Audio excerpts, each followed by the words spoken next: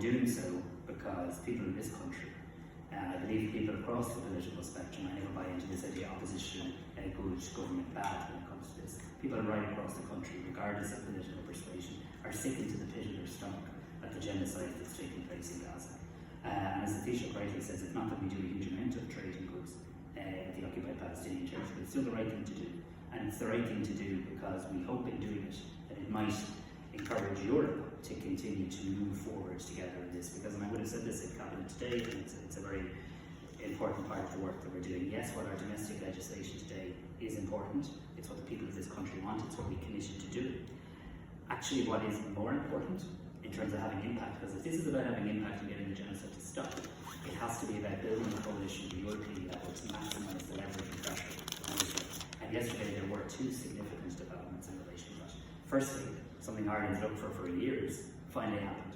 The Association Agreement Review concluded, was published, and it said for the first time the European Union has a review that says Israel is in breach of its human rights obligations. We've now mandated Kaya Kallas, the High Representative, Foreign Policy Chief effectively, to go to Israel and say this is the finding of the European Union, what do you intend to do to rectify it, and also to engage with the College of Commissioners on options should those rectifications not happen.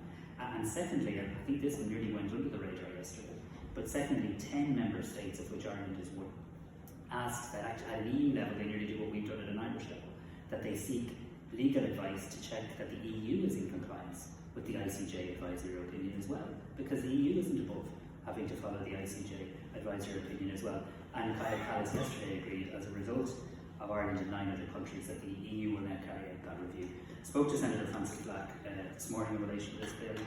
I really think it would be, and this is definitely not the Senator's view, but I really think it would be extraordinarily disingenuous for people, not you, but people in opposition to suggest that they want to do goods and services and the government only wants to do goods. The government wants to get this right.